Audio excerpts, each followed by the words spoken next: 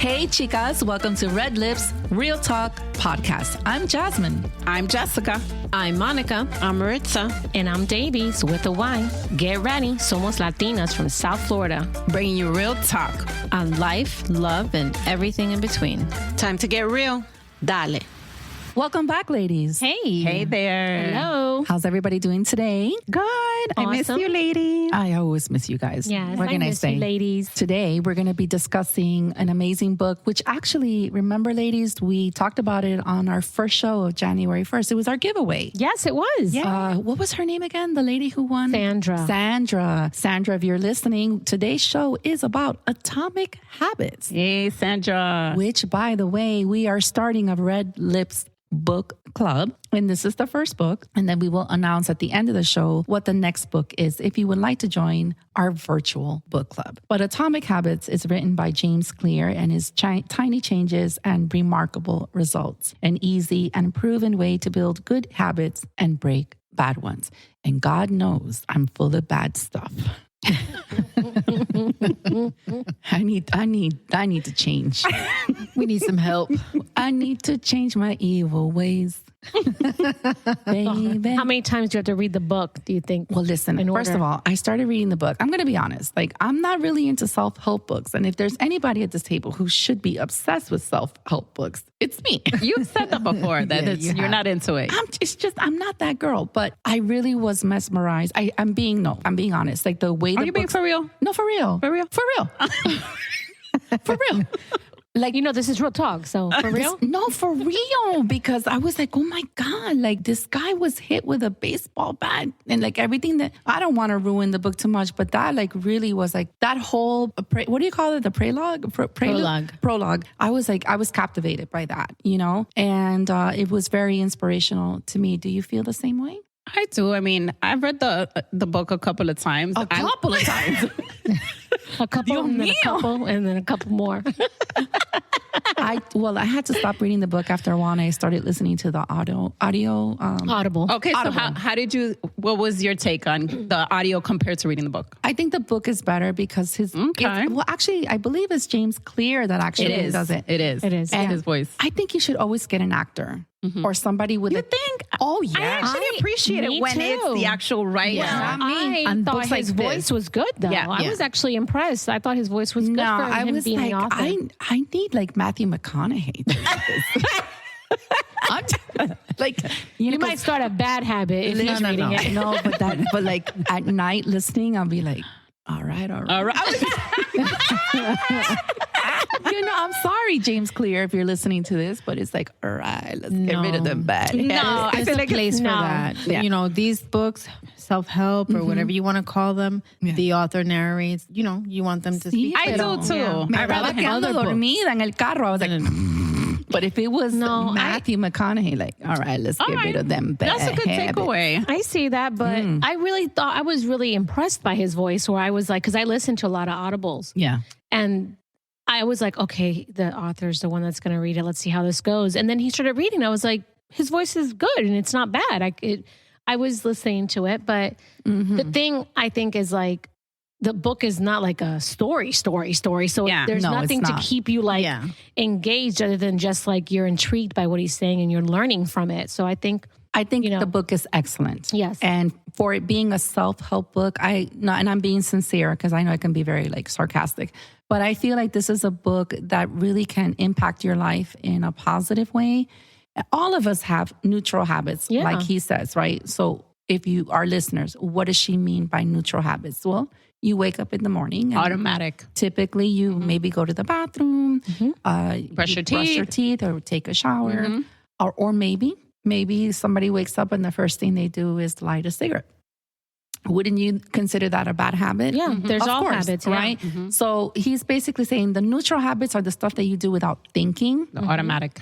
But maybe you wake up in the morning without thinking, and the first thing to do is smoke a cigarette. So he's just basically trying to help you like differentiate what's a neutral habit, what are your good habits, what are your bad habits, and how to incorporate tiny changes to lead to really huge changes. Right. That was my takeaway. Yeah, that's what I took away from it too. And I think it's a good book too. Like Jessica, I know you said you have given it Yeah, way we were you've talking about gifted that it a lot. earlier. Yes. And I think that that's awesome that you've given it to so many people. I think it's a good gift as a self-help It book is. because it doesn't give you that like feeling of when somebody gives you this self-help book where you're like, okay, well, what's wrong with me? Why are you giving me Right. self-help book? Are you hinting something? Right. Oh my God, that think could I'm totally crazy? be I need help? offensive. It's true. Or you think I'm sad, I need help, or you think I Right. need, I have motivation, but It I'm comes not. It could be across like so many. judgmental. Yes. Yeah. But Well, this Jessica book, gave me a book, Estrogen Matters. girl, I was like, Jessica. We're in the menopause journey together. Okay. I was like, thanks. no, but this is one of those I will books. never forget that. I will never forget it because we were both cracking up. Estrogen Matters. Thank you, Jessica. I wanted to see what her expression would be. Listen, That was so I was not funny. offended because I'm going through it. We're in the same journey. We're in the same boat. Yes. We're in the All right. we're in the perimenopause That, boat. that's for another podcast. It is. So stay And tuned, we'll have books listeners. for that. We'll have books for that. Absolutely. But if you don't, I'm sorry, Jess, go ahead. It's true what Deibys was saying. I think it's a good book to be gifted Yeah. without it coming across like personal or judgmental because you're like exactly what Jasmine was saying. It's like who doesn't want to improve on their habits or Right. work on bad habits? So Yeah. I feel like this is a great book to kind of give you a different perspective on habits because one of my takeaways, because this book for me has had a lot of takeaways because I've actually read it in different times of my life. And actually the second time that I had read it was from a book club, also another book club. And to me, one of the takeaways is how to look at your habits as like systems that you've created. Some of them automatic, like when you get out of bed, like just little things that you automatically do to help you improve, not necessarily. And some of them may not be helpful, like Jasmine had mentioned, like waking up and smoking a cigarette. Yeah. Like, and then being able to then evaluate those systems and how you can tweak them. Right. When he discusses, like for me, like one of my favorite parts in the book, he discusses like habit stacking and, we can get into all that. Like those are like and then he discusses like in chapter 6, he talks about like motivation is overrated. Mm-hmm. Oh, And yeah. I'm a big believer in that. Like, I think motivation can help you start, but I don't think it's going to carry you through. No. I don't. Because you can only rely on motivation so much where really it's about getting it done and even not focusing on the result, but focusing on what are the steps within those big steps that are getting you to where you want to go. Right. Well, I'm gonna jump in here because I think when people get overwhelmed, like with all these big changes that you have to do, and he's like, but just stay disciplined. So for example, let's say you're the type of person who wants to start incorporating 20 push-ups a day, right? And you're like, okay, I'm gonna do 20 push-ups a day. But you can't just say it like that. You have to say, after I brush, this is just an example, right after I brush my teeth, that's when I'm gonna do the 20 push-ups. And then you brush your teeth, boom, you do the 20 push-ups, and that's it. You have to have like an order to it. Because if you just randomly say, I'm going to do 20 push-ups, and then you end up not kind of doing them. But if you he even says like, you don't have to do even 20. Do 2 push-ups. Yes. Yeah. It's about creating the habit of, okay, like you said, after you brush your teeth, I'm going to do a push-up, 2 push-ups.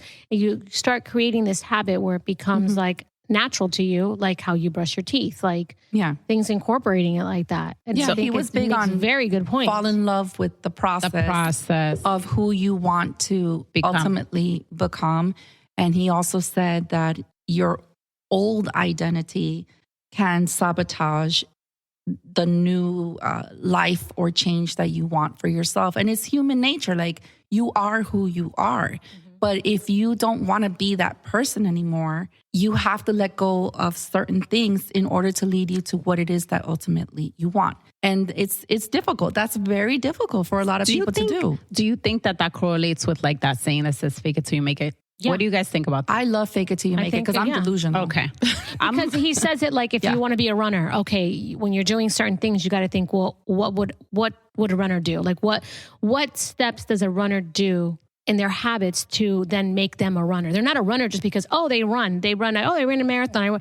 No, what habits do they create every day? Like maybe somebody says, well, as soon as I get home from work and I take off my shoes, I'm going to put my running shoes on. Even though that might not be that you're running like right at that second, but you're like, okay, I'm going to prepare. You create certain steps to The cues. the cues. Yes, Well, it's the like cues. you prepare for the action. Exactly. Yep. Yep. And you're not focusing on the results. Yep. So I have to say, like, and I'm going to go there for the last year. I want to say even maybe a little bit over a year. I've struggled a lot with, I've shared it with you guys. Like I'm in the perimenopause boat, right? And for me, motivation, like losing my mojo has been like an up and down roller coaster.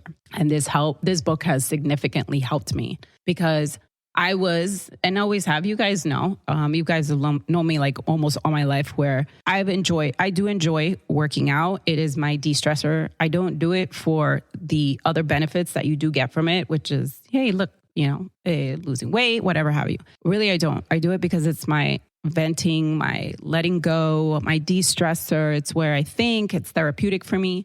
And I've really struggled a lot in this area. But I've made it a point where before it wasn't about like, I need to get an hour of a workout in. It has to be an hour.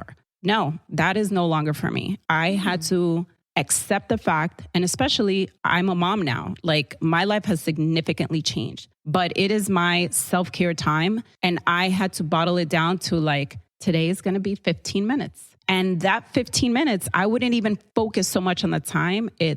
I put my clothes ready, my shoes here.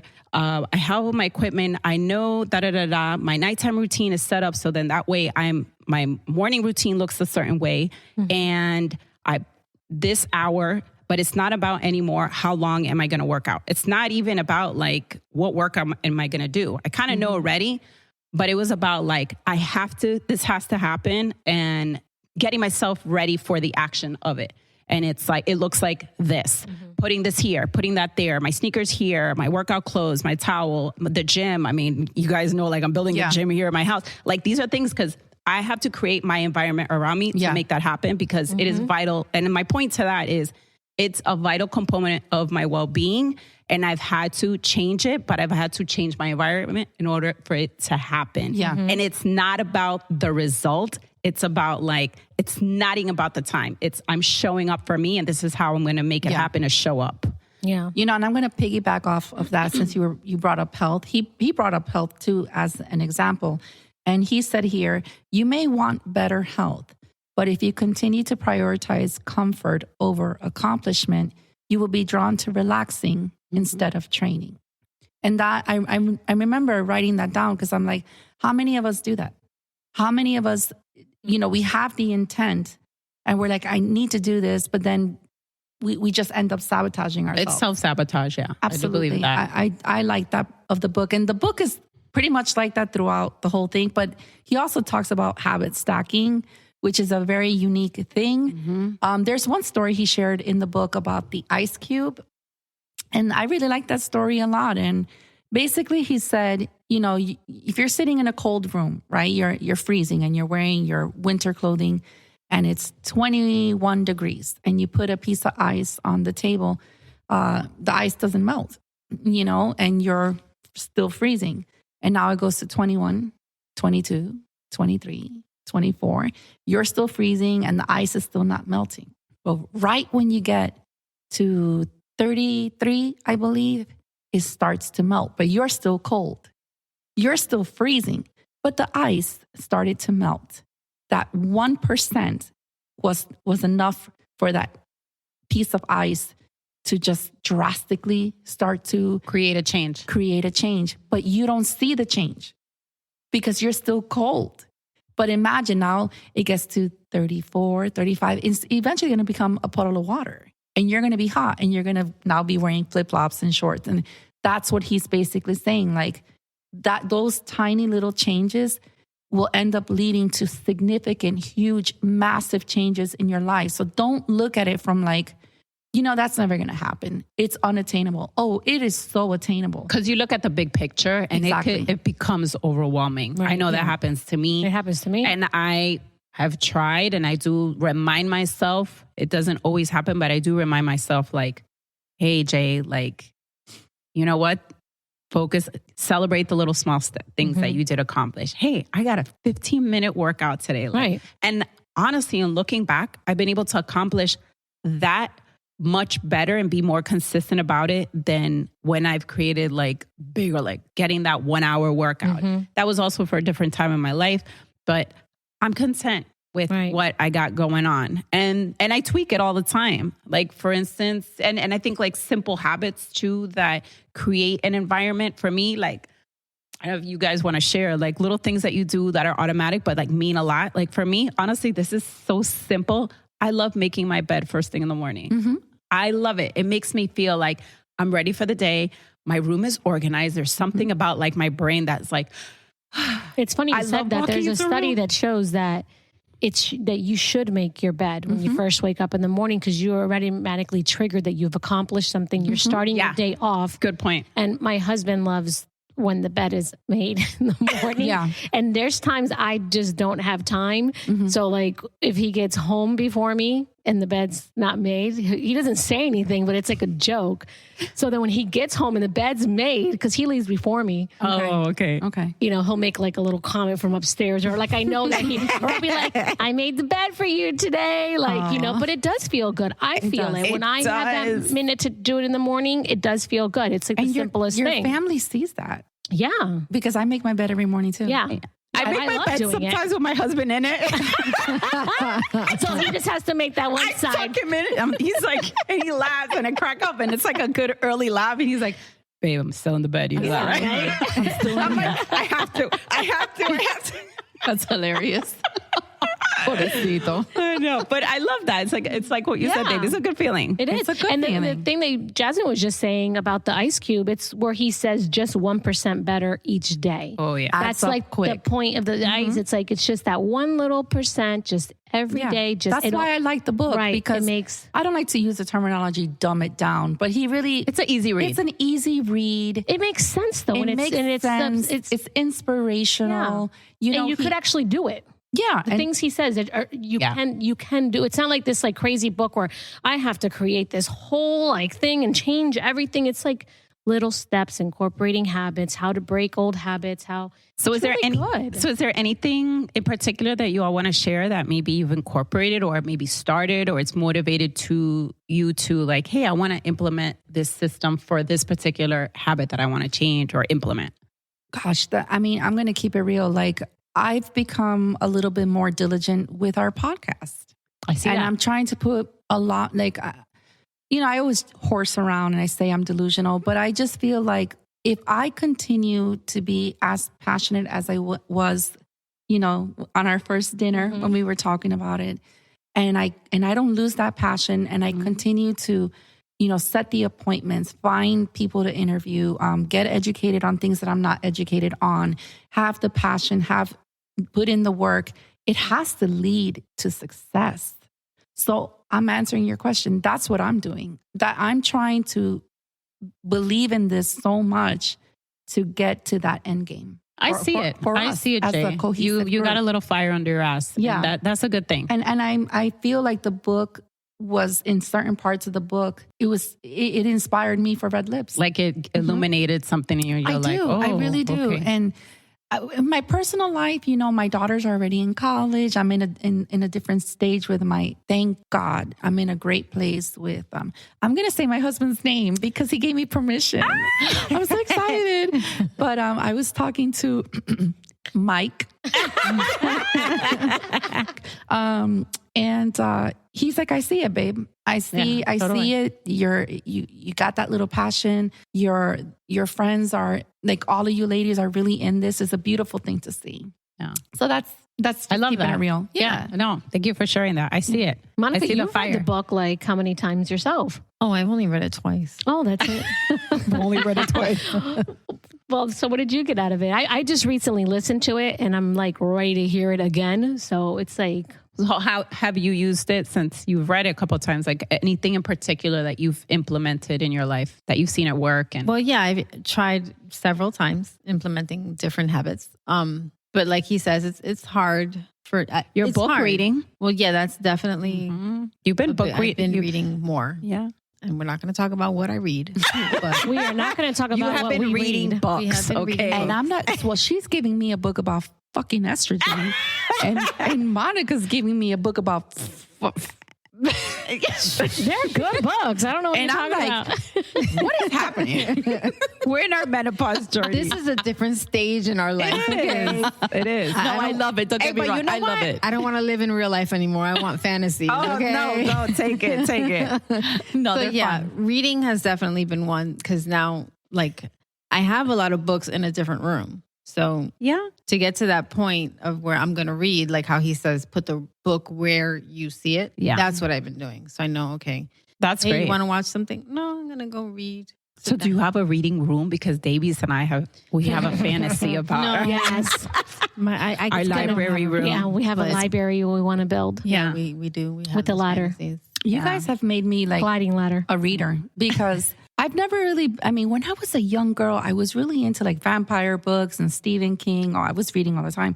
But then I just stopped reading. You know what? I was into like Vampire's book and Frankenstein and Anne Rice was huge for me. oh my gosh, I read I don't know if you guys remember the Babysitter's Club. Yeah, yeah. Nancy Yeah. Drew. Yeah. Yes. I My used to kids read I those. love But I Yeah. stopped reading when I had my daughters. I think I was just like in mom mode. Yeah. And then I just, Yeah, I could see I that. just kind of was like in It's hard. It's hard for me too like to do my that now. 20s and 30s. I was just like, I don't got time for that. Yeah, I get you. But then you guys brought me back into the reading world. And I have to tell you, I'm really enjoying it. Oh my gosh. Good. Do you guys Good. remember? Oh my gosh, who's the writer to the book about your menstrual cycle when we were kids? There is a No, book. I don't They made it know. into a movie. I'm sure our audience knows. Margaret. Oh, yes. You don't remember that, Jay? When we were in, I read it when I was like 12. I don't remember reading it, but It's I a remember the famous movie book. that came out. God, I'm here. Yes. Oh, I'm something Yes, like that. it talks about your period. Yes. It's a story. I don't remember exactly, but I remember enjoying that book.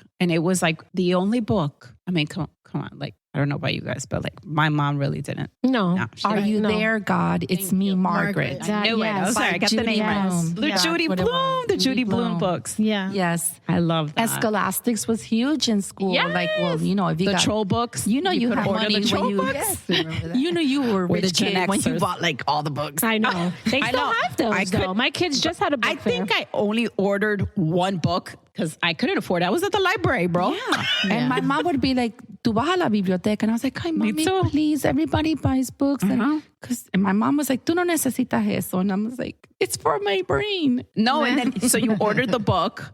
You ordered the books. Then it would come to the classroom. Yeah. The teacher would hand it out. Well, our teacher would line it up in front of the blackboard. Yeah. And then she would call the student's name and they would grab their book. And I would just like look at everybody like, Yeah. oh, lucky, Yeah. lucky you. They're going home with a new book. Oh, I'm so They still happy do for it now, you. but it's like the book fair. I'm so happy for you. Meanwhile, I'm like, Yeah. really. Meanwhile, we wanted books back then. Now, Yeah. our kids growing up, you give them money for books and they'll come home with junk. Yeah. It was Yeah. constant junk. No, but I appreciate that, ladies, that you've brought me back into the world of reading. Like, I'm being sincere because I feel like even in reading Atomic Habits, like it's like recharged me Yes. in a good way. So glad. So Yeah, glad. I no, love for me, that. I'm And I being love the little sincere. book club that we got going on. Yeah. I love I that. like it too. No. All right. So, Monica, tell me, what did you get out of the book? Oh, yeah. Back to me. Basically, what everyone said. It's, you take these little habits and you try to improve. Like, I like when he says, like, if you're trying to, let's say, lose weight, right? So you don't say, oh, I want to lose weight. It's more like, I want to be, or I am a healthy person. Mm-hmm. So you start making healthier choices. And, you rephrase it that way, like how we said before. Like, I get to instead of I have to. Right, Yes. right, You right. start rephrasing those things. Yes. And your mind is going to, Yeah. change it for you as well. Like, you're going to just fall into that habit slowly but surely. Yeah. Yeah. Well, he said that the That's habit important. has to become, a part of your identity. Yeah. I Right. remember he said that. And sometimes it's hard, though, for people to change their identity in that point, So, yeah, it's simple as far as the little tips that he's giving us. They're very simple and They're easy very to do. simple. And you can do it everyday life. It's not like, you're going to make massive disruptions to your life the way that he's saying to do it. But for some people, it's kind of hard to just like, Yeah, jump in because you there have and to do it. unlearn bad habits. Right. It's the journey. And, Yeah. and I know that journey is like the most overused word, but it is a journey. Like it could be a simple thing. Like, listen, I'm going to wake up in the morning and I'm not going to take a shower. I'm going to put on a workout outfit because I'm going to go to the gym. Right. So I'll take a shower after the gym. And instead of smoking a cigarette, I'm going to put a nicotine patch on, or I'm going to go for a brisk walk. Like, I have to do that because this is killing me. The cigarettes are killing me. If I don't lose weight, I'm susceptible more to cardiovascular disease. I mean, we're getting older. These are things that are actually happening, So those are the type of changes you need to make because you need to look at the bigger picture. Like, do you want better health? Do you want to be agile when you're 80 years old? Or do you want to be on a walker? Like, you have to put in the work now so that doesn't happen to you. Because I know people that are elderly that kind of, didn't exercise and didn't take care of themselves. And now they're like not really able to move. And I'm like, I don't want that to happen to me. So what can I do today to be an 80-year-old woman that can walk very well, move her arms, and is still semi-agile? I have to put in the work now. Yeah. I agree with that. I think like I've shared with you ladies, I honestly don't, this is probably the first time I'm talking about it like publicly, but you guys know I stopped drinking. Mm-hmm. It's been, January was a year of my 1-year anniversary. I did stop drinking. I wasn't, and I call myself, honestly, I'm not a drinker. And I've actually enforced that within myself because I want to identify, I don't know what 5 years will bring. I don't know what next year is going to bring. I know right now I'm not a drinker and I've done it and you guys know why. Mm-hmm. Again, going back to that beautiful perimenopause boat ride that I'm on, I've honestly did it because of that. And because, for 15 years, I took care of people who have Alzheimer's dementia. And I was having a lot of cognitive changes within my perimenopause journey that were significantly concerning to me, that it was actually causing me to become depressed and having panic attacks because I thought I was becoming non-functional to that point. Jess, I didn't know it was like that. Yeah. So with that said, it took me on a ride that I had a huge reality check and I really had to come to terms with saying to myself, this is not worth it for me. And I am going to be 50. And how, like you had said, Jasmine, how do I plan to spend the rest of my years? I'm also a mom to young toddlers and I want to be fully functioning.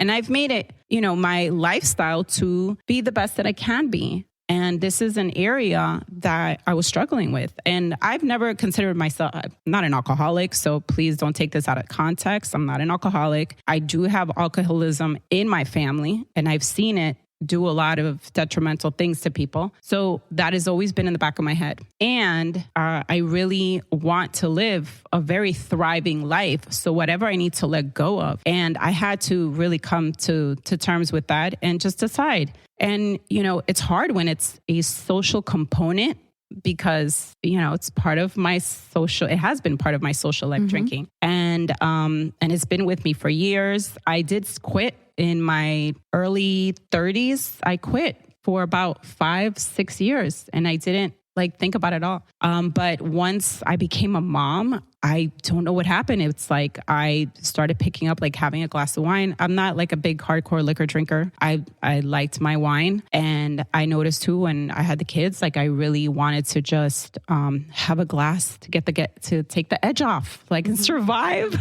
Yeah, because I was also unexpectedly on this chaotic ride of perimenopause unknowingly. And then once I started doing the research and my homework, I was like, oh, this is where I'm at. And it's definitely something that's very trending also in perimenopause. There's a lot of women breaking up with alcohol. There's a very huge number of women breaking up with alcohol. It's very hard. I'm not here to either shame anyone who is a drinker. It's been part of my social, environment, but I'm not here to shame myself either for choosing not to. And so with that said, I've had to create habits and build my environment around it. I will say one significant thing is that my husband doesn't drink. My husband doesn't really care. If he had a rum and Coke at somebody's house, he's probably I just want to tag along, but he doesn't care for liquor. He doesn't even really like wine. But it's, and I did it for myself also because of the lack of sleep.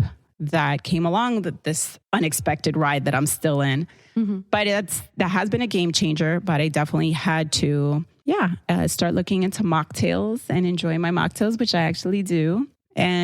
But I had to create an environment, like I had to get rid of like a lot of things in my house so I wouldn't get tempted. And all that to just say, like, I had to identify as I'm a non-drinker. And that's fine. Yeah, all things that he talked about, environment, and that's a huge identifying sacrifice. habits. Yeah. And you made a good valid point where it's like, when you stop drinking, and we're not here to shame anyone. Like, Right. if there's something. Exactly. You do I'm not you. here to do that. And I know that's not what you're doing, but alcohol's everywhere. Yeah. So when you decide to just no longer drink, you realize, holy crap, it's everywhere you go. So for you to constantly have to be like dodging it, I do. it's a dodge, And the reason I know that is because I did a 72-hour fast where I didn't eat any food, nothing. I remember when you did that. I just drank water for 3 days, and obviously I wasn't going to have alcohol. And that was just 3 days. And I was like, the amount of like situations I found myself in those 3 days where alcohol was like, do you want a glass of wine? Do you want to drink? Right. And I was like, no, thank you. No, thank you. No, thank you.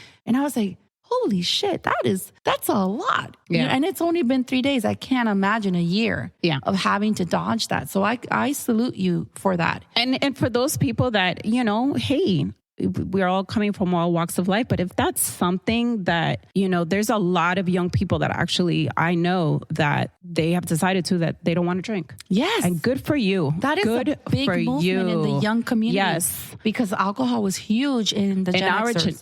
It was everywhere. It's a sober community now. Sober community. And what's funny is it's people that not necessarily are alcoholics. Right. They just never had a problem. It's not like Yeah. they couldn't. It was just, they were like, I'm done. I don't want to do it anymore. Well, you know what? I'm just going to say my daughters don't drink. My daughter's 23. She doesn't like it. Once in a while, if we go out and we're like in a nice restaurant, she may order like a little cocktail. Right. But she's like, it wasn't like our time. It was like, oh, we're going to turn up and we're going to get like, we did. It did. We did. And even culturally, like, I don't know about you, but like, hey, my Latin family. It's interesting how the sober community in this generation, young people. So good for you. That's great. If you've chosen not to, or if that might be something right now that you're like, you know what, that's something that I've been wanting to implement as a habit. I will say as a tip is in this journey of particularly, I'm just focusing on the stopping to drink. I am not here to say, hey, I am going to stay sober for 10 years or for the rest of my life. Right. I did not. I removed that burden from myself because that was not working for me and that was not going to work for me. I just have identified as I'm a non-drinker. Yeah. And it was affecting your sleep because of your journey with perimenopause. Correct. So if you don't mind, I have something here about Dr. Drop's truth bomb on alcohol and sleep during menopause and perimenopause. Do you mind if I play it, ladies? All right, here it goes.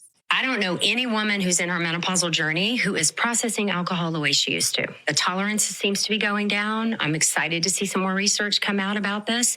But in my world, like I have to go on my personal experience. If I'm choosing to have a drink, I am choosing not to sleep. I'm going to be up at 3, 2:32, 3:31, whatever it is. And it is like a bomb going off, even one glass. And I have to make that choice. It's not worth it. If you're choosing to drink, you're choosing not to sleep. It really is that simple. Yeah. That's beautiful. So I wanted to share that because even though we are talking about atomic habits, I think the book helped you to make that decision. To go back to our initial conversation. Yes. It's like, it's not that it was a bad habit, but it was a habit that needed to change for you to move forward in your new journey. And I commend you for that. Because that's a big one. Yes. Yeah, that is a big one. It really is. Yeah. And again, just as a reminder of the tip, just like don't set this big goal because as we were discussing and as James Clear discusses, it's not about the goal. Mm-hmm. And that's one of, I'm not trying to put together alcoholics, but their struggle is I'm living one day at a time. Mm-hmm. I'm living one day at a time. And that's really the point is like. Yeah, but for alcoholics, that one day of not drinking adds up to I've been 5 years sober. That's right. That's right. And that's a tiny habit that became a life-changing habit, going back to the book. Absolutely. And it could be anything. So it's an inspirational book about how the little things always end up being the big things. So I wanted to talk about habit stacking. If you ladies don't mind, let's explain to our listeners and our loyal listeners what habit stacking is. And let's try and really I hate to use the word dumb it down, but let's just really explain it as simple as possible so people can, if they're listening to our show, hopefully they can incorporate this. Well, habit stacking is when you pair a new habit with an existing one. So you attach a new habit to something you already do. For example, like if you drink coffee every morning, use that as a trigger to do a quick stretch or meditation. So while my coffee is brewing, I'll meditate for 60 seconds. I'll pause and not, think about anything, whatever the case is. Or like you said, when you wake up and brush your teeth, those are things that you normally do every day. Neutral. So neutral. You just add something to it positive that you want to see change in. So if you want to start writing in a journal, okay, when I have my coffee, I'm going to take 2 minutes to write in my journal. And he says, we don't have to be, 30 minutes of writing, that's a lot. Right. So to start small, 1 minute of writing, 60 seconds, 2 minutes, but you start small. And then eventually you're just not even going to be timing yourself. It's just going to be a habit and it's just going to happen. And you know that every time I'm going to have my coffee, I'm going to sit down and write my journal. And that's it. So that's what habit stacking is. You just pair a new habit with an existing one. But he also says that in order for us to do these things. I didn't mean to interrupt you, but can those new habits that you're stacking become kind of like neutral at one point? Yeah, that's you the keep goal. doing it so it becomes a neutral habit for you. Yeah, and then you replace it then with another one. Yeah, it's genius. And but he does say that you don't forget your old habits. Right. You're just adding You're just adding something new.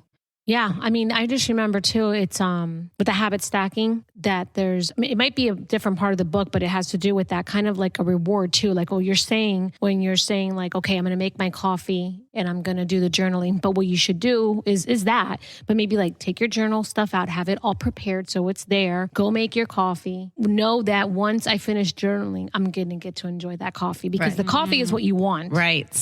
So that's your habit that you're already doing. So you're incorporating a habit with it, but rewarding yourself for the habit that you really want because you have that habit already in place. So like you could say, I'm not going to drink my coffee until I'm done journaling, or I'm going to set up my journaling, make my coffee, and then I'm going to go with my coffee and sit down and I'm going to journal and do I love that. Do you know what I mean? Yes. Right. It's like a reward. Yeah. I love that. I mean, he said it. He was like, you can't snap your fingers and change into someone else. It's the tiny habits that'll get you to the goal. And that's, I mean, the whole entire book is like that, but he does go into like literally he does sketches. He has Excels. He's like, go to this. So that's why, I really hope that people give it a chance and read it. I mean, it is, how many books were sold? 10 million? I think it was like 10 million books were sold. It's a great book because it's about habits, but it really can go for any habit. So you're not going to read the book like it's not specific for like, oh, you want to, like we were talking about stop drinking or you want to work out it's for anything that you want to do, anything. And it gives you examples of stories. He does give examples like how we're giving examples. And then he gives you steps exactly how to do these things. Yeah. And you incorporate whatever it is you need to incorporate into his steps. But it's really good. Like I just listened to it. I just finished listening to it this week.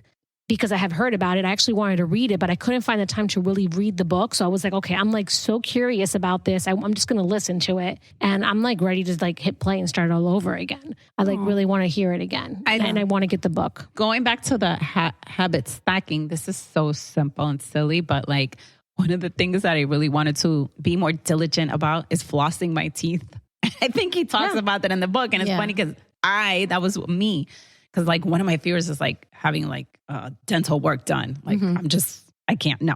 But that, honestly, I'm not trying to make a joke, but that haunts me too. Yeah, because my mom has had a lot of work done. Yeah. And I'm like, no. I don't know if it's cannot be me. A cultural thing or whatever, or lack of education or money. Yeah. But like a lot of people that I knew, I'm not saying you guys, but a lot of people I knew, they grew up in poverty and they didn't go to the dentist and they didn't have dental work. So a lot of people that I knew when they were my age in their 40s had already lost a lot of their teeth. and we're struggling and putting on dentures. That's my mom. My mom has had a lot of dental work done. She's had to go like, even because how costly that is here. So my mom has had it done in her country. And I just see how much she's suffered with it. She's had, just even issues within herself, like self-esteem stuff that has with your teeth. Of course. And it's a big deal. It's a big thing. So I've always been concerned about that. And so I wanted to be more diligent about flossing my teeth. Well, I'm going to tell you, I showed somebody, I shouldn't have done this, but I showed someone yesterday your headshot picture, which we will get to that another day. Oh my God, you're so funny. And she was like, I'm not going to say her name, but she's a Gen Z. She's 21. And she was like, she has the most beautiful teeth. You do. You have a great smile. Like, oh my God, I will say that. And I looked at the picture and I was like, fuck, her teeth are really pretty. So I'm not trying to make a joke, but I feel like whatever you're doing is working because it's true. It's like those little things that you grew up with that are you grow up seeing these things, and no, we have to take care of our teeth. And so what I did was I realized that I wasn't remembering to floss. And this, again, it is that simple. Sometimes we make it so complicated, but it is this simple. My tooth pickers were in my drawer, all of them there, right next to, by my sink. And so I would open it up. But because they weren't in my sight, I would always shoot, I forget. And my kids too, they can floss too. And I bought them these really cute with different colors. So I make a game out of them. Like, which color you want? They're dinosaur looking. Oh, I've had those for the girls. Yeah. So I'm like, which color? So I realized too that I would remember for them. And then of course, forget myself because I was like, wait a minute. Why don't I just take this out of my drawers? Something simple, put it by my toothbrush. Change your environment. Change my environment. Yeah. And I'm like, now it becomes like brushing my teeth and flossing. And my kids and I, we all do it together. Yeah, so but that little thing ends up with you being 85 years old with your own teeth. It's a little thing. Thank you, Jay.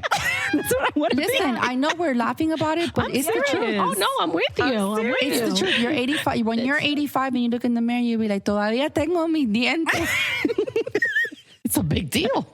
And not for nothing, but that's stuff that they ask you. Do you have dentures or do you have a bridge? It's like your check-off list. Yes. And I have all my teeth. I'm very close to my husband's parents, and his dad is, he just turned 90, which he went to the party. What an amazing, amazing party. And my mother-in-law is going to turn 90 this May. Okay. Incredible. Okay, so they're right there. Right, they're like a little under a year apart. And of course, they're in their 90s. So let's have a little grace here. Sure. But my mother-in-law has been struggling for the past, I would say 5 years with mobility issues and stuff like that. And she told me, one of the biggest mistakes I made, Jasmine, is I stopped walking. I used to walk in the neighborhood and then I stopped. And then I just found myself sitting more on the couch. And she was like, I regret that. I should have always kept walking, even if it was less, but get up in the morning, put on my sneakers, go for that.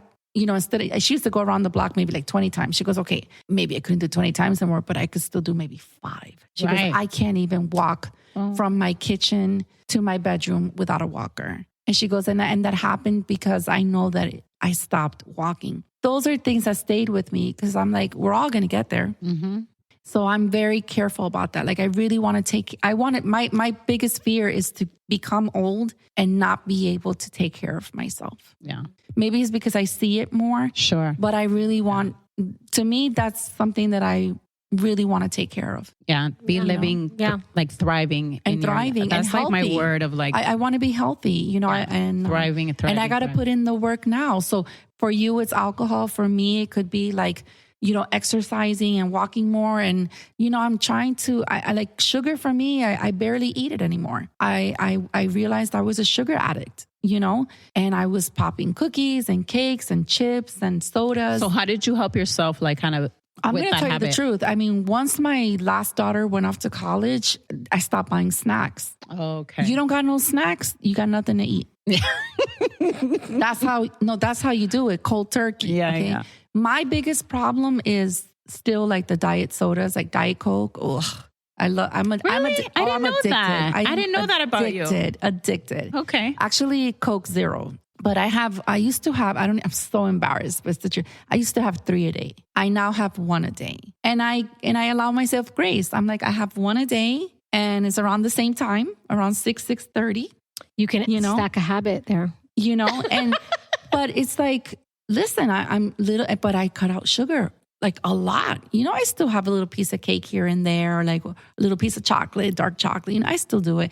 But it was before, it was like every day. And I knew that's an addiction. And it's just as bad. Like, people don't think sugar is that bad, but sugar is detrimental.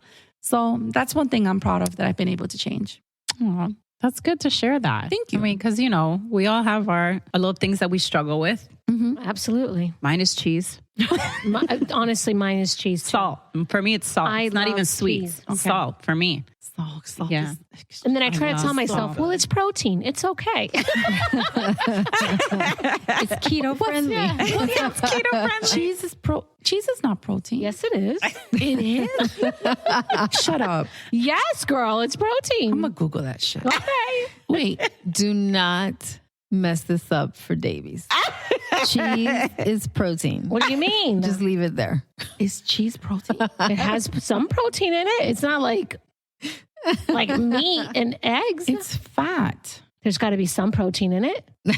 I don't think Cheese is a great source of protein. It is? Oh, Yes. and calcium, but it's often high in saturated fat and Yes. salt. This means eating too much could lead to high cholesterol Right. and high That's blood probably pressure, where I'm at. increasing your risk of cardiovascular disease. You don't remember the pyramid in school Thank you. with the picture of the fish? Your and the egg? There was cheese there. Let's not Why use didn't that. you know You're not that? supposed to reference learned that. something That was new. so bad. What? And to our That stupid listeners, pyramid. Oh, well, still, I Which they're remember saying it. now, like, they're cheese just is protein. Yeah. It's not even. Yes. Yes. Yes, Yeah. that's so funny. I said I don't know how much protein is in it, but there's protein in It there. has some protein. Got some. Well, so then what's a habit you've tried to build but found difficult to stick to? I think that's a good one. Me is the gym. Yeah. I think that's hard. It's the workout. You know what it regimen. is? Mine is working out too.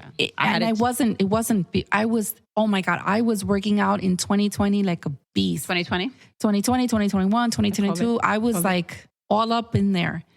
And then, I was All up in there. I was killing it, bro. I felt What were you great. doing? What wasn't I doing? I was jogging, Peloton, running, de todo.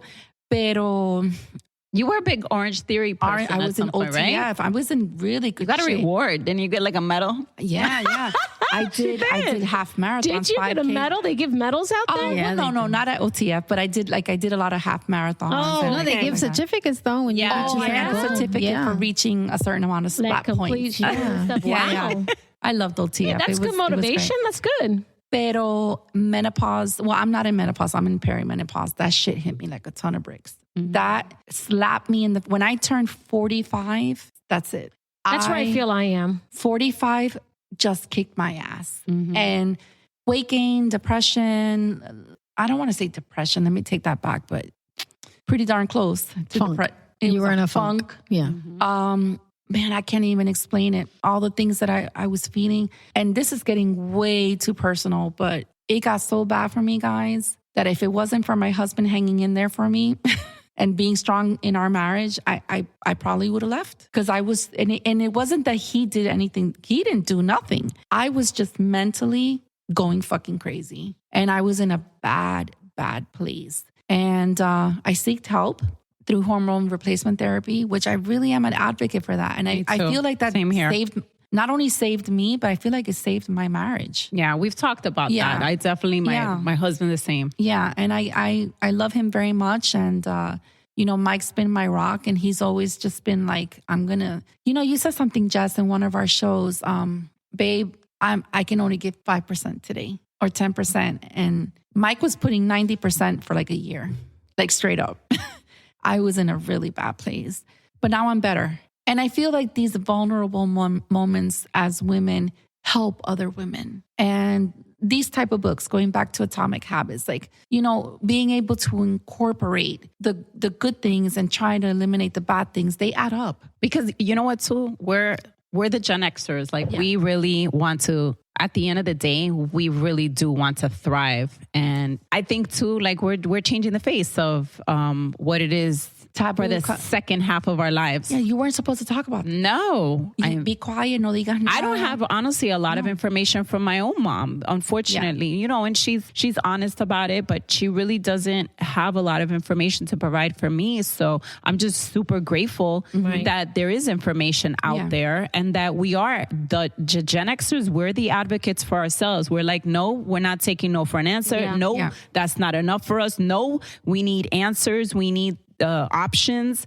And I love the movement that we're involved in. I do too. Yeah, I agree with that, because going back to that one episode, I won't get too much into it, but when we did the infertility, about me not knowing what was going on and I wasn't feeling well, and I was my own advocate. I was like, nope, I'm not. I'm looking for answers. Nope, I'm not just. You're not just going to give me a pill because I have migraines. Oh, you're not just going to tell me to do this. And it's like, we need to find out what's going on. And it's like, I wasn't giving up. It was like, I need an answer. I need an answer. I want an answer. I want an answer. And it's like not giving up for certain things. Not good for you. And I feel like how you said, like, my mom doesn't have information. She'll talk to me about it. She's open with me now about things. Not that she wouldn't be before, but you didn't talk about that. No, stuff. you didn't. No. You didn't. Now that I'm a woman and she's older, like I talk to her about it, but there's no information. Like there's nothing really. Even the face of our generation and where we're at in the second half of our lives is not the same. No. Like, look at Demi Moore. I mean, obviously she's an actress, but like, to be honest with you, and I'm going to say something, like up until just a few years ago, I was like, am I going to need to cut my hair when I turn 50? I talked about that the other day on TikTok. Honestly, I thought about that because I was like, but I love me, my hair, this, no. Your hair? Yeah, I thought about that. Yeah. I was like, oh my gosh, am I going to need to cut my hair? Like, what kind of 50-year-old am I going to? Me. I love, like, I see Demi Moore. I'm like, she is so beautiful, long hair. I have friends that are in their 50s and I see them and I'm like, they look badass. And I'm like, no. I'm like, I love me how I am. And it's funny because it is like that. They're like, I've heard older women. I just talked about that 3 days ago. Yeah. So, I mean, but it's true. I had a friend. I have conversations like that. I'm so passionate about that because I love my long hair. Me too. It's part of my identity. I'm trying to grow it even longer now. I'm like, I regret cutting your hair. Jessica, I had a friend tell me, Jasmine, you need to cut your hair because you know, you're an older woman now. Oh my God, you're going to make me cry. No, it's not true. It's not true, girl. No, but these are conversations. These are thoughts. These are thoughts that women have. But was she an older woman? She was my age. No. So she didn't mean it in a bad way. I hear you. She's a dear friend. Probably the same way of how I'm thinking about how we were raised. Right. Like, once, ya estás vieja. Ya que tú haces con pelo largo. Right. And I just love my hair so much. And like half of my TikToks are on do-it-yourself hair. I love them. Do-it-yourself highlights, how to do, like, it's literally like half my content is about my hair. And so many women literally will tell me, you inspire me to like let my hair grow out because everyone says I'm too old and I'm in my 50s. I don't believe that. No. And they're like, the rules are changing. No, you can have long hair. And the thing but I always thought people were cutting their hair because it was easier. No. Not because they were. What? No, it's short hair is harder. I will tell you. It is for harder. me, it was. It's cultural. It's just because once you reach a certain age, you have to have shorter hair. It's always been there. And I'm like, no, my hair is... Like, I want to have it like up to here. Yeah, I want it to my waist. I love it to my waist. I can't. I like swishing it to the side. Sexy. I like putting it in a braid. I like putting it in a bun. Me too. Ponytail. And I feel sexy in it. Like, it's part of my identity. It's part of who I am. I was just going to say that. My hair is part of me. It's part of my accessory. Yes. It's like, it's me. To me, hair is so, like, that's when you have a good hair day, your whole day is good. Heck yeah. Nobody can piss you off. You're like, bitch, my hair looks good today. See my hair, bitch. Nothing's going to bring me down. There's no humidity out. My curls are holding. It's a big thing for women. Yeah, no. And I'm like, ladies, I'm not going to cut my hair because I'm going to be 49. No, I'm going to let my hair long. I like it like that. I'm going to keep it like that. I just think it's a style thing. I'm so happy we brought it up. Yeah, I think it's a style thing. Whatever. Don't cut your hair. No, don't. Unless you want to. Unless you want Unless to. you want to. Because there's That's people why- that'll cut, because like that, like I said, they don't want to deal with the long hair. Yeah. No, That's what I was going to say. fine. That's I know a plenty of different people that person. cut their hair different because of that. reason. That's a different Yeah. reason. Yeah. Of course. If you want to cut your hair because you it's want a to, that's thing. up to you. But It's a if thing. you're cutting it because you think you have to and you don't Right. want to, don't do that. Yeah. It's a thing. It's No a thing. way. So that and like I have gray hair and I don't want to be all gray. I don't. So I keep dyeing my hair. And it's not because I don't think other women look gorgeous all gray. That's beautiful. But that's not for You me, don't like, girl. No. That's what I was just That's going to not say. what You're I'm still young. Eso Like, es you're una not. You don't Latina, have babe, to worry about that right now. My mom is 85 and her hair is brown. My mom has Thick and luscious. It's short, you know. But my mom's like, no, Jasmine, tápate las canas. That's one thing. Like, right. you had to, and I'm like, I'm not ready for that. I don't think I'll ever be ready Yeah. for that. And I that's think that's you. okay. Yeah. And that's okay. Just like some women think that they can pull off the gray hair, and they can. And they can. Just like Some of someone them- can pull off the short hair, and someone can pull off the long. All of it. It depends on you, your style, what you can pull off. Everybody can't And pull off the that's a same good look. habit to have in your life. That's right. That's right. That's it. Going back to the book, because we always get off track. Listen, we're very passionate about our, Well, you brought up our hair, okay? No. I think we touched on some really, we It's talked a very about. touchy subject. No, it was. Don't cut the hair. Sorry, I had to bring it up because it was like Nita, when you said that, I was like, oh my, we're connected. We're connected. We're girls girl. We're girls girl. Dios mío, me muero. We're girls girl. For sure. I'm a girl's girl. No, I know you are. No, I'm just saying all of us we're a girls girl. No, like we're girls, girl. Like we got your back. Like you don't want to cut your hair? Cut your hair. Okay. I love how Monica said that. She's like, I'm a girls girl. I know you are, girl. You might ride or die. Ride or You die. always a girl's girl. I wanted to talk about one thing that he said in the book that I thought was a great idea for multiple reasons. He said something like, say that you don't want to eat out anymore. You want to cut that habit. So you open up a bank account and you name it, like, say that you want to go on a trip or you really want this leather jean jacket that you're like dying for. So every time that you go to eat, you control yourself and you're like, you know what, babe, we're not going to go eat. So we would have spent what, like $25 in this meal? Right now you transfer $25 in from your checking Oh, yeah. into that Yeah. savings account, and you name the savings account. You can name the savings account like leather jacket or Right. trip to Like a reward. Cancun. Right. Yeah. That's like the reward. So and I'm like, that's a good way just to save for anything. No, you know for what I mean? real. Like It is. But it's like cutting out the habit with the reward. So he has like these certain steps. Oh, that's a good one. Yeah. Yeah. Monica and Jessica have read the book more than I have. But I remember that part. I Yeah, remember so I reading don't know about if you that guys part. can remember more of like how he talks about the cue, the crave it, the response, the reward, things like that. Well, you brought up also the cues, like being able to like put things within your day of like Yeah. to kind of remind you. So Well, it's the 4 laws of behavior change. Right. So the cue is you make it obvious. So like you leave your work shoes out where you Like- your workout shoes like where you the- can see them. You make it obvious. yeah, like take the floss, Right. toothpickers. Yeah.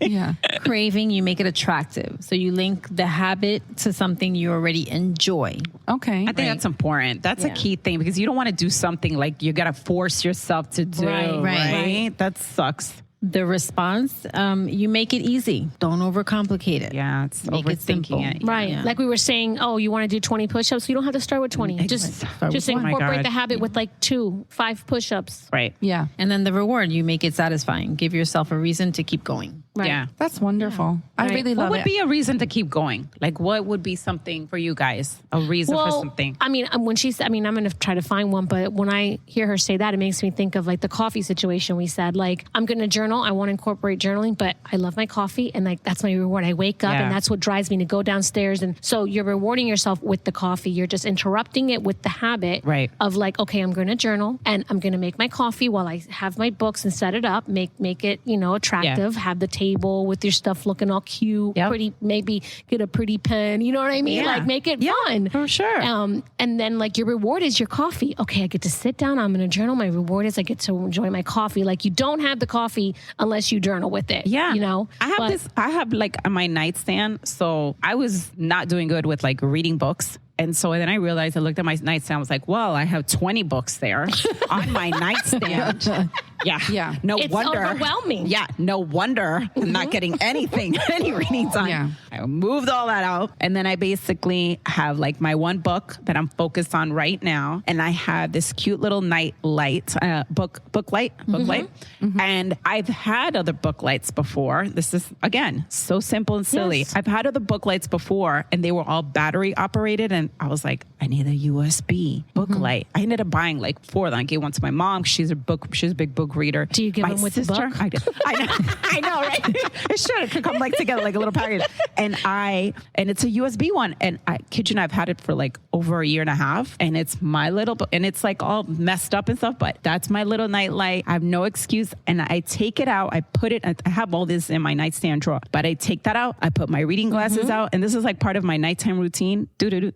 Yeah. You make it attractive. I'm a nerd. Yeah. I'm a nerd when it comes to like little things, but I like put all that there. I have everything ready right there in my nightstand, my journal, so I can journal. And I see it like what you were saying. It's like I'm creating my environment and I'm giving myself like little cues of like, okay, we're going to read. So now when you go lay down, it's like it looks attractive. It You're does. like, it looks pretty. And I love organizing as it is. And I love decorating, as you guys know. Yes. So when I was reading the book, I was like, I like this because I like the whole prepping and making it attractive and setting up the whole, like, you're staging. You know, you should do that, Deb, for Red Lips.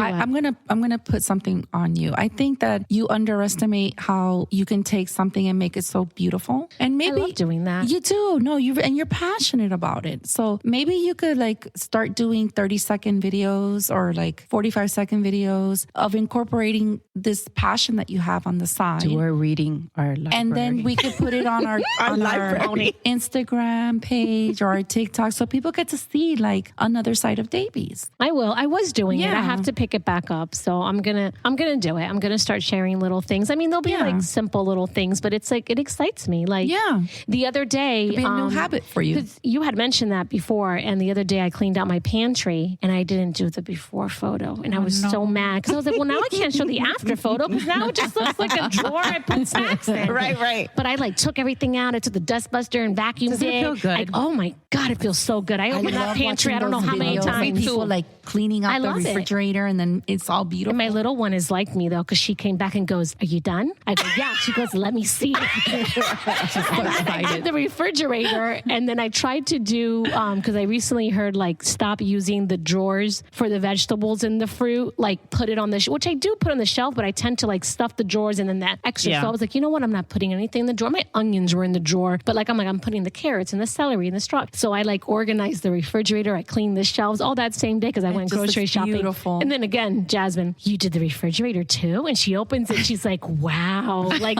she's like me. And she does it in her room. It's like, sweet. it's so cute. But yeah, I love that stuff. I don't know what it is. I just love that stuff. That's wonderful. I think that's great. I mean, I just think everything that we're sharing, and if, our listeners are listening, is like, we're just regular women who just want to inspire our community. And I hope that you give this book a chance. I think you're going to be pleasantly surprised. Yes, it's highly recommended. Yes. I Anything else can't you wait wanna to read add? it again. So I think now would be a really good time to bring up the next book that I'm really excited about having a Red Lips Me too. Real Me Talk too. book club. The second book that I think we should read, I'm excited to read. And if you would like to join in reading this book, and then we'll have another podcast to discuss it. Jessica, go ahead. It's called Brooke Shields is Not Allowed to Get Old. And neither are we. So don't cut your hair if you don't want to. No, girl. No, but I think this is a great book. I saw it at Target and I was like, I want to read that book so bad. So we're definitely going to read that, and we'll have a podcast to discuss that great book by the beautiful Brooke Shields. Yay. Thank you so very much for listening to us today. I hope we've been able to inspire you. Yes, thank you. Thank you for joining us. And we look forward to seeing some new members in our book club. Yeah, and let us know if you read the book and your thoughts on it. And if you'd like to leave us some comments, trust me, people have been leaving us more comments, and it really, really makes our day. Yeah, It does. I like, it's so excited every time somebody leaves us a comment. It means more to us than you know, and we appreciate you. So thank you. Thank you. Y hasta la próxima. Thank you for listening. Make sure to subscribe to our show so you don't miss an episode. We will be dropping an episode every 2 weeks. Oh yeah. No, like seriously. Subscribe now. So just chill till the next episode. Follow us on Insta and TikTok